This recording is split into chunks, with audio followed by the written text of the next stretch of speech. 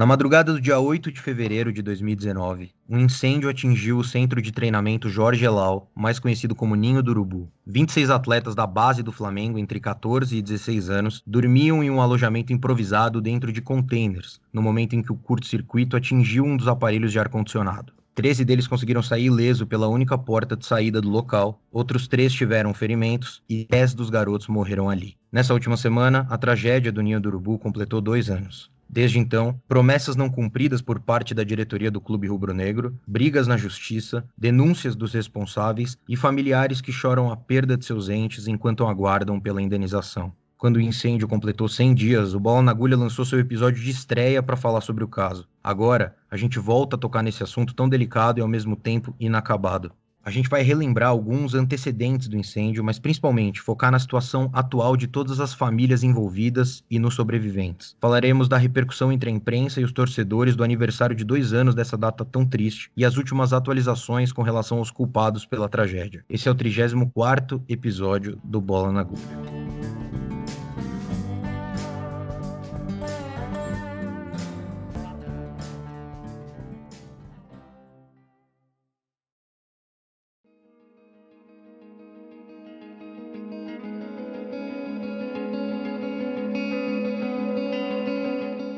Antes de falar sobre o aspecto principal do programa de hoje, que é um panorama dos familiares dos garotos após 2 anos do incêndio, vale a gente pontuar que o que aconteceu no Ninho do Urubu não foi um acidente. O terreno foi adquirido em 1984, mas o ninho, como conhecemos hoje, só foi projetado em 2014. Começou a ser utilizado em 2016 pelo time profissional. No mesmo ano, contudo, houve alterações no projeto para incluir também as categorias de base. Em dezembro de 2018, o CT passou a abrigar os jovens atletas, mesmo sem ter concluído as obras. O espaço não estava liberado para uso e foi justamente aí que os contêineres usados como alojamento pegaram fogo. Se você quiser saber essa história do CT com mais detalhes e os acontecimentos que antecederam o incêndio, escuta nosso primeiro episódio, o piloto lá de 2019. Mas, como dissemos, o incêndio não foi mera casualidade. Houve condições para que o risco dele aumentasse. A primeira delas foi alojar as categorias de base sem que a obra fosse concluída. Isso fez com que elas ficassem em espaços improvisados, sem os cuidados necessários para garantir a segurança dos atletas. Para se ter uma ideia, em 2018, o Flamengo acumulava mais de 30 multas da Secretaria Municipal da Fazenda do Rio de Janeiro por ativar o CT sem alvará de funcionamento. O Ninho do Urubu chegou a ser interditado por conta dessa falta de autorização.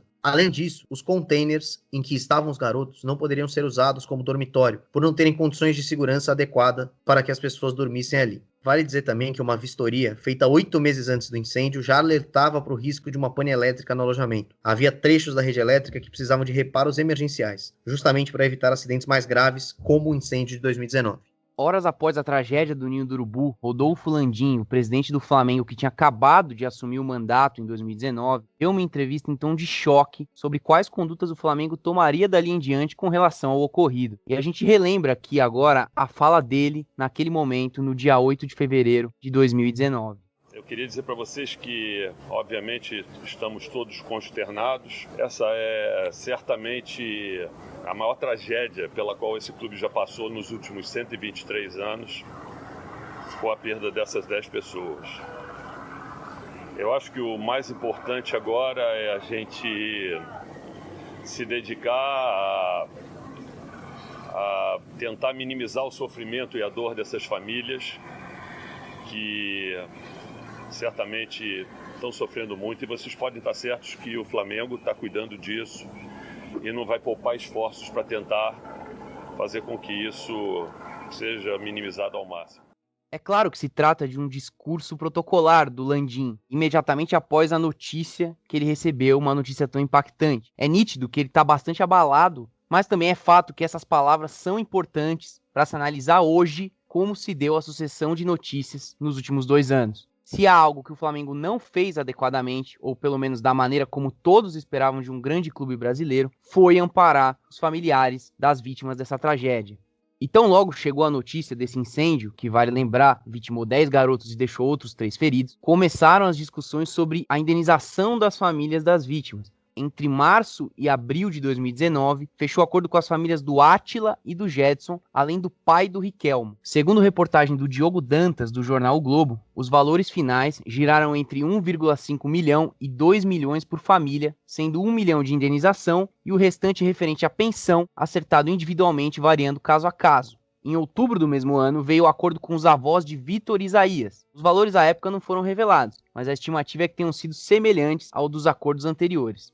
Já em junho de 2020, quase um ano e meio após a tragédia, houve o acordo do Flamengo com a família do goleiro Bernardo Pizeta. Na época, a família do Bernardo relatou que o processo de negociação foi extremamente desgastante. Darnley, o pai do garoto, disse ao site Netflix que o dia da assinatura do acordo foi, abre aspas, semelhante ao dia da perda do Bernardo, fecha aspas. Em 24 de julho de 2020, uma outra reportagem do Diogo Dantas no Globo mostrou que, visando acelerar os acordos, o Flamengo havia feito uma proposta de 2 milhões de reais para cada uma das famílias restantes, e que a família de Bernardo foi uma das que aceitou essa proposta, assim como a de Jorge Eduardo, cujo acordo foi anunciado no dia 20 de julho. No dia 27 do mesmo mês, o vice-presidente do Flamengo, Rodrigo Dunchi, que durante esse processo de negociações atuou como uma espécie de porta-voz do clube, publicou em suas redes sociais o acerto com a família de Samuel Thomas. Como nos outros acertos, o vice-presidente rubro-negro declarou que, por respeito às famílias, não revelaria os valores acertados. Por fim, em dezembro do ano passado, 1 ano e 10 meses depois do incêndio, foram sacramentados os acordos mais recentes com as famílias de Pablo Henrique e Arthur Vinícius.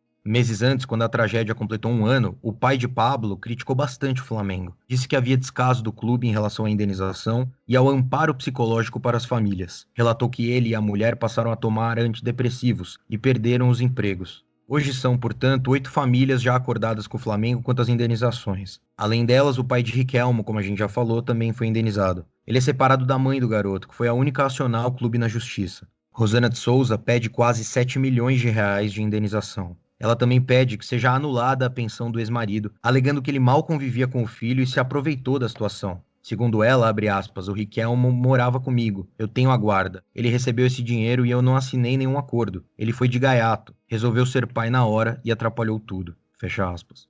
O pai de Riquelme, em entrevista dada a uma rádio local de Limeira, no último dia 8, disse que era muito próximo do filho e que acompanhava o garoto em todos os campeonatos. Para ele, o incêndio foi uma fatalidade que poderia ter sido evitada. Além da mãe de Riquelmo, ainda resta o acordo com a família de Christian Ismério. Semana passada, o advogado da família, Arley Carvalho, criticou a diretoria flamenguista, em especial o vice-presidente Rodrigo Dunchi. O dirigente havia dito que clube e família tinham conversado e demonstrava otimismo pelo acerto. Carvalho negou que as negociações estejam avançando e voltou a afirmar que houve negligência do clube com os familiares das vítimas. Uma reclamação recorrente desde 2019. Segundo o advogado, Dunchi só havia entrado em contato com ele e com a família uma vez nos últimos 6 meses. Mas ainda há a trajetória daqueles que sobreviveram. Dos 16 garotos que escaparam da tragédia, 7 deles ainda estão no Flamengo.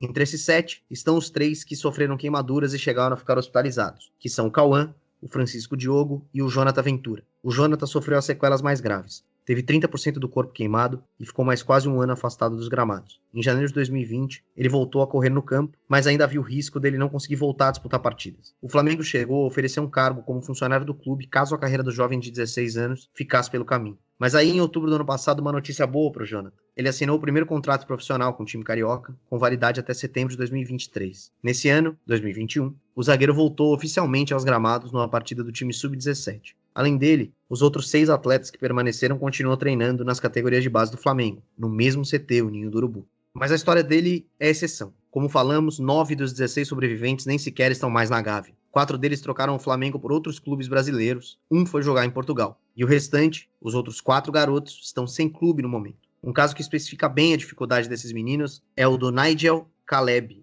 que durante a pandemia voltou a treinar em um time de futsal apenas para não perder o ritmo. Mas ele ainda não sabe o que será do seu futuro no futebol. Se a situação já era complicada em qualquer circunstância, diante da pandemia tudo se agrava. E esse talvez seja um reflexo da tragédia ainda menos abordado e com menos apelo. Obviamente existe, ou deveria existir, a preocupação com as famílias das vítimas de fato. Mas para os que sobreviveram, a caminhada também é muito difícil. A gente não sabe quantos desses garotos ficaram traumatizados com o ocorrido e se por conta disso eles não conseguiram mais ter o mesmo rendimento nos campos de futebol. E vale lembrar que a gente está falando de atletas entre 14 e 17 anos que exigem muito mais cuidado e apoio psicológico. Seja por esse motivo ou não, fato é que 2 anos depois do incêndio, mais da metade dos garotos que sobreviveram à tragédia do Ninho do Urubu já não faz parte do quadro de atletas da equipe do Flamengo.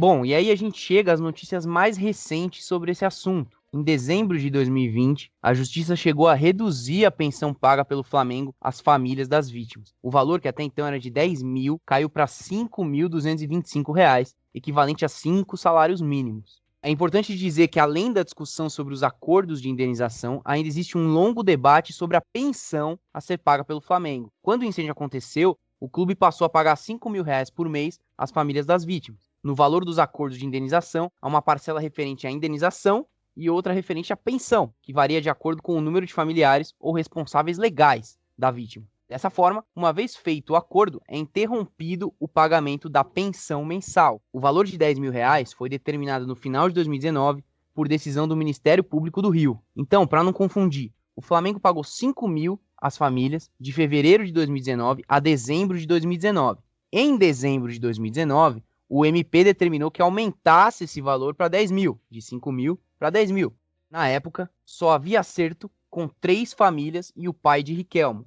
Agora, em dezembro de 2020, após o Flamengo recorrer, a Justiça voltou para um valor próximo dos R$ 5.000 iniciais. A justificativa era de que não cabia ao Ministério Público representar individualmente as famílias e fixar a quantia a ser paga. O Clube Carioca ainda ponderou que os R$ 5.000 pagos anteriormente eram bastante superior ao que os atletas recebiam como ajuda de custo na época, que era de R$ 300.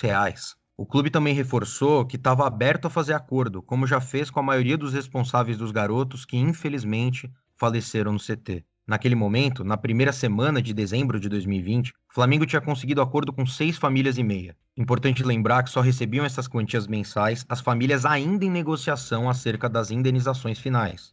Agora, a notícia mais recente sobre o caso é de 15 de janeiro desse ano. Nesse dia, o Tribunal de Justiça do Rio aceitou uma denúncia do Ministério Público e listou 11 réus, que vão responder por incêndio culposo qualificado, ou seja, sem intenção de cometer o incêndio, por conta das 10 mortes, além de lesão corporal pelos 3 feridos. Entre os denunciados pelo MP está o ex-presidente do Flamengo, Eduardo Bandeira de Mello. Além dele, ex-diretores e engenheiros da equipe carioca, além de funcionários da NHJ, a empresa que forneceu os contêineres atingidos pelo incêndio. Logo que essa notícia foi veiculada, muita gente comemorou as denúncias, principalmente nas redes sociais. Foi possível perceber que parte da galera estava imaginando que toda essa lista de indiciados, ao menos alguns deles, iam cumprir pena na cadeia. Só que isso não vai acontecer. Como os réus não foram denunciados por homicídio, eles não vão a júri popular. E em casos como esse, de incêndio na forma culposa, o Código Penal não prevê pena de prisão em regime fechado. De qualquer forma, as punições podem variar de 1 ano e 4 meses até 6 anos. E o que fica, passado mais de 2 anos da tragédia, é a constante indignação de familiares das vítimas, advogados e torcedores ao longo de todo esse período. Por diversas vezes, criticaram a diretoria do Flamengo por não dar um suporte psicológico adequado aos familiares. Criticaram a frieza com que os dirigentes lidavam com a situação. E ainda lembraram do esforço do clube para dificultar as negociações e diminuir os valores que teriam que pagar. Para muita gente, houve descaso e negligência da atual diretoria do Flamengo. Um dos exemplos disso é um suposto memorial que seria construído dentro do Ninho do Urubu em homenagem aos garotos que faleceram na tragédia. A ideia foi exposta pela diretoria rubro-negra pela primeira vez em março de 2019, um mês depois do incêndio. À época não haviam previsões para o início das obras, apenas a intenção de construir o memorial no exato local do incêndio. Quase um ano depois, em fevereiro de 2020, o projeto voltou a ser pauta num pronunciamento do presidente Rodolfo Landim à Flá TV. Na ocasião, ele falou sobre mais detalhes da ideia, que consistia em construir uma capela para São Judas Tadeu. E dentro dessa capela, um espaço específico para homenagear os meninos que sofreram o acidente, segundo o Rodolfo Landim. Só que não houve mais movimentações no sentido de concluir a homenagem. A última notícia veiculada sobre o tema que encontramos é de junho de 2020, no site do R7, que é justamente uma crítica à diretoria do Flamengo por deixar mais essa promessa sem cumprir. Tem que se ponderar que o começo da pandemia pode ter prejudicado, mas a ideia já existia antes disso, né? Claro que o tratamento e o suporte às famílias é uma ação muito mais importante, mas nem um simples tributo às jovens vítimas foi colocado em prática. Uma ação que inicialmente rendeu elogios da torcida pela sensibilidade e que não foi realizada. É um símbolo grande da conduta da diretoria rubro-negra ao longo desses 2 anos. Agora, resta continuarmos acompanhando os desdobramentos. Ainda há familiares sem acordo com o clube, réus indiciados pelo crime e ações a serem cobradas, como a construção desse memorial. Certamente o Bola na Agulha não vai deixar de falar sobre esse assunto, como fizemos em nosso primeiro episódio da história desse podcast, e agora voltamos a fazer.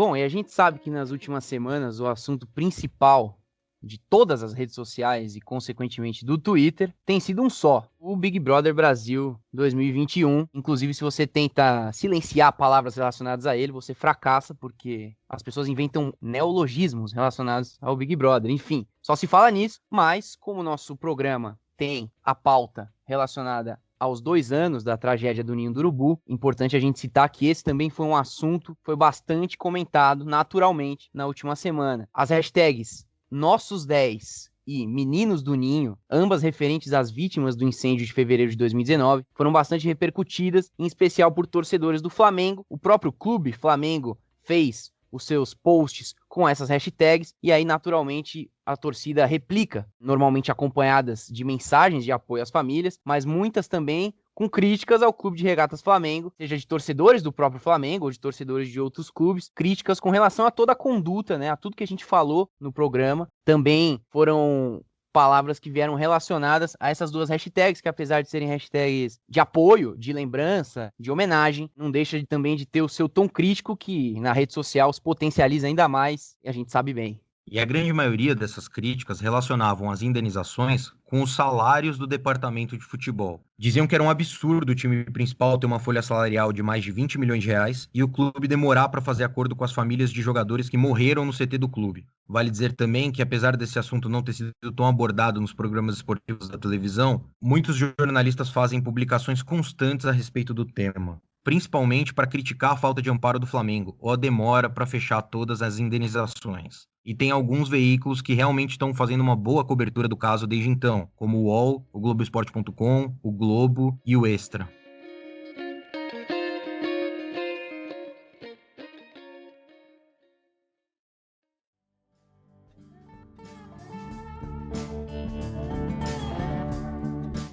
E é isso, um assunto um pouco mais triste, um pouco mais pesado no Bola na Agulha de número 34. E eu agradeço imensamente a você que nos ouviu durante essa meia hora. Sem mais delongas, agradeço ao Álvaro por abrilhantar o programa e passo a palavra para o Guilherme para que ele possa se despedir da audiência e do próprio Álvaro. Forte abraço. É um prazer estar aqui de novo com vocês da audiência, com o Gabriel, com o Álvaro Loguno Neto, o rei da voz. Foi um prazer voltar aos primórdios do Bola na Agulha, resgatar justamente o tema do nosso primeiro episódio, a época com a participação de Nelson, nosso grande amigo.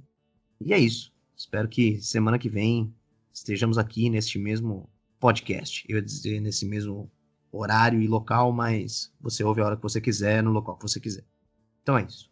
Forte abraço e a bola tá com você. Álvaro Loguno Neto, o rei da voz. E para quem quiser ouvir o antigo rei da voz, né, que era o Nelson, que tem uma voz extremamente marcante, tá lá no nosso Spotify. No YouTube não tem, né? Um dia a gente ainda vai subir num tom de nostalgia, mas no Spotify tem os episódios da primeira temporada, das quais o Guilherme se referiu aí, os episódios. E esse era o primeiro episódio de todos, é interessante para as pessoas ouvirem, também ver a evolução do podcast, poder ouvir o Nelson, saber que ele existe mesmo. A gente não tá falando aqui de uma pessoa que não existe, ele realmente existe, ele nos abandonou e ele tem uma dívida conosco. E com todos os ouvintes que ele angariou e depois deixou na mão, enfim. Com esse desabafo, eu ia passar a palavra pro Gabriel, mas eu lembrei também que eu tenho que convidar vocês a seguir a gente nas redes sociais, claro, como sempre, lá no Instagram, no Twitter ou no Facebook com a @bola na agulha, uma só entre o N e o G. A gente recentemente conseguiu aí 500 seguidores no Instagram, graças a uma ação de lobby do Guilherme, e então a gente tá muito feliz. E se você quiser ajudar a gente com essa empreitada, vai lá, a gente faz os posts sobre o programa, enfim, fica aí a dica.